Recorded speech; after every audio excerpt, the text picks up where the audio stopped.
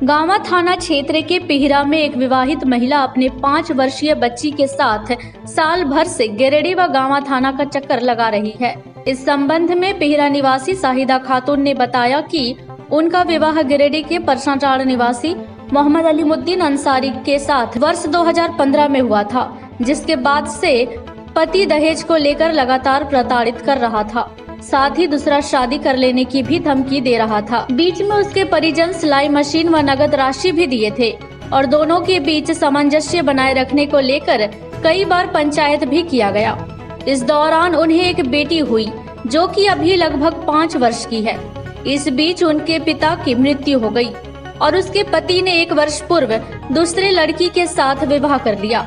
इसके बाद उसने इसकी शिकायत गांवा थाना में की तो पुलिस ने मामले को दर्ज कर लिया, मगर केस के आईओ ने उसके पति से घूस लेकर गलत रिपोर्ट लिखकर कोर्ट में दिया, जिससे अभियुक्त को तुरंत ही बेल मिल गया और उन्हें किसी प्रकार की ना तो आर्थिक सहयोग मिला और ना ही किसी प्रकार का इंसाफ मिल रहा है। साथ ही उन्होंने बताया कि उनके पिता के गुजर जाने के बाद उनके परिवार की आर्थिक स्थिति बेहद गंभीर है और बच्ची के भरण पोषण करने में भी काफी परेशानी का सामना करना पड़ रहा है।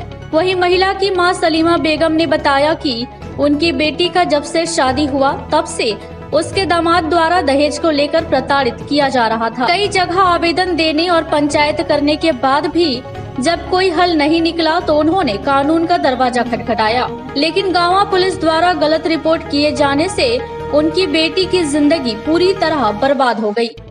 इसके साथ ही उन्होंने बताया कि उनके दामाद द्वारा सारा जेवर भी छीन कर रख लिया गया है और 2 दिन पूर्व गिरिडीह न्यायालय से वापस आने समय उनकी बेटी के साथ मारपीट भी किया गया। मेरा नाम शाहिदा खातून है और मेरी शादी 2015 में हुआ और मेरा एक बच्ची भी हुआ। मेरे को 5 साल की बच्ची है जिसका नाम शिफा है और उसके कुछ दिन तक मतलब बहुत मेरे को परेशान किया। घर में बहुत हमेशा पैसे दे करके मारपीट किया, मेरे को दहेज ले करके बहुत तरह की इतना मुझे मारा कि गिरिडीह के रोड में ले जा करके मुझे फेंक दिया। इतना मेरा हालत ख़राब है, इतना हालत ख़राब था। मेरा भाई इलाज के लिए मुझे कुछ दिन तक घर में रखा। उसके बाद उसने क्या किया, दूसरी शादी कर लिया। दूसरी शादी करने के बाद फिर मैं यहाँ थाना में आई, दीपक कुमार के पास। यहाँ पे मैं रिपोर्ट लिखाई तो ऐसा तैसा करके पूरा मामला को ख़त्म कर दे रहा। मुझे कुछ फैसला नहीं मिल रहा। मैं गिरिडीह थाना आकर के मैं इतना परेशान हूँ, मुझे कुछ फैसला नहीं मिल रहा है।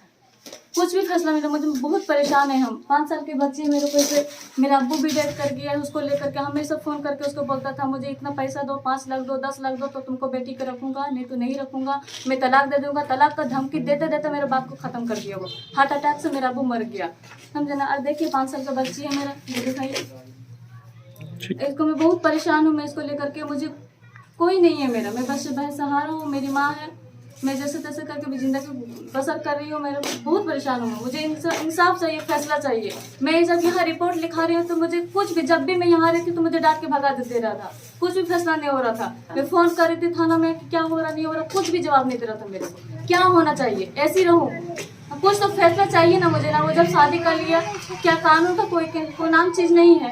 कानून क्या मतलब क्या है, सिर्फ नाम का है। जब ये वर्दी पहना हुआ है, बैठा हुआ, तो कुछ तो फैसला चाहिए ना। कुछ भी इन लोग नहीं कर रहा मेरे लिए। क्या नाम है आपके हस्बैंड का? अलीमुद्दीन अंसारी है, परसटान, गिरिडीह चतरो परसटान है उसका घर। कुछ भी मेरे को बहुत परेशान। उन्होंने दूसरी शादी कब की थी? उसने दूसरी शादी 1 साल हो गया करके, और मैं 1 साल से मैं यहाँ थाना में आ रहा हूँ, जा रहा हूँ, मुझे कुछ इंसाफ नहीं मिल रहा है। कुछ भी मुझे इंसाफ नहीं मिल रहा। मैं जब भी आ रहा हूँ तो मुझे भगा दे रहा, जब भी आ रहा हूँ तो भगा दे रहा। अलीमुद्दीन के साथ में शादी हुआ 2015 में, 7 साल पहले। और हमारा बेटी को कभी भी 1 रुपया नहीं देता था और हमेशा हम लोग बेटी बसाने के लिए मशीन दिए और हमेशा 2000-3000 रुपये देते रहे। और फिर भी उन लोग 10 जाके 5 लाख बाप से लेके आओ, 2 लाख लेके आओ, इस तरीके से हमारा बेटी को टॉर्चर देते रहा और बहुत मारपीट भी करता था। खाना भी नहीं खाने देता था। एक नौकर के जैसा वो खटाती थी, ईंटा पत्थर भी ढुलाता था। और उस हस्बैंड जो था सो सामने से वो खाली देखता था और हंसता था कि तुम्हारा बाप जब तक के 5 लाख रुपया नहीं देगा, जब तक तुम इसी तरीके से हमारे घर में एक नौकर की तरह खटो और तुम इस तरीके से ज़िंदगी गुजारो। मैं अपना ज़िंदगी में तुम्हारे को कभी 1 रुपया नहीं देंगे और तुम्हारे ज़िंदगी में मैं जहर घोंट के रखेंगे और मैं तो एक शादी ज़रूर करेंगे, जैसे भी करेंगे लेकिन एक शादी ज़रूर करेंगे।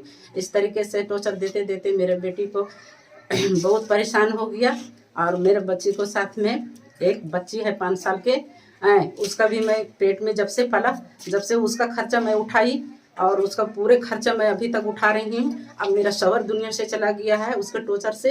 मैं किसके सहारे से मैं अपने बेटी को हम जिलाएंगे और मैं भी खुद परेशान हूँ और कैसे मैं रहूँगी और कैसे मैं बेटी को रखेंगी। मैं थाना में आकर को मैं कंप्लेन किए, थाना में आकर के मैं लिखाया, पूरा लिखे तो थाना वाला भी कुछ वैल्यू नहीं दे रहा है। फिर यहाँ से हमको गिरिडीह थाना गिरिडीह भेज दिया है केस को। फिर वहाँ भी हम लोग कम से कम 1 साल लगभग हो गया है, जा रहे हैं आ रहे हैं, तारीख लड़ रहे हैं लेकिन कुछ भी हम लोग को कुछ फैसला नहीं मिल रहा है। वहाँ जब जाते हैं तो वकील भी हम लोग को बात नहीं सुनता है और फिर जज भी नहीं सुनता है, कुछ भी नहीं सुनता है। हम लोग हार गए हैं। फिर उसको हम लोग को बगैर बताए हुए हम बोले हैं वकील को कि देखिए उसको बेल नहीं होने दीजिए, फिर भी हमको बताए हुए उसको बेल कर दिया। ठीक, फिर हम लोग जब यहाँ से फ़ोन लगाए वकील को पास में तो वकील बोल रहा है कि हाँ उसको बेल हो गया, तो मैं बहुत ये हो गई है, बहुत मायूस हो गई है। मैं बहुत रोई कि मैं बेटी को लिए मैं लड़ रहा हूँ लेकिन हमारा कोई फैसला नहीं मिल रहा है। क्या यहाँ कोई फैसला है या नहीं है बेटी के लिए?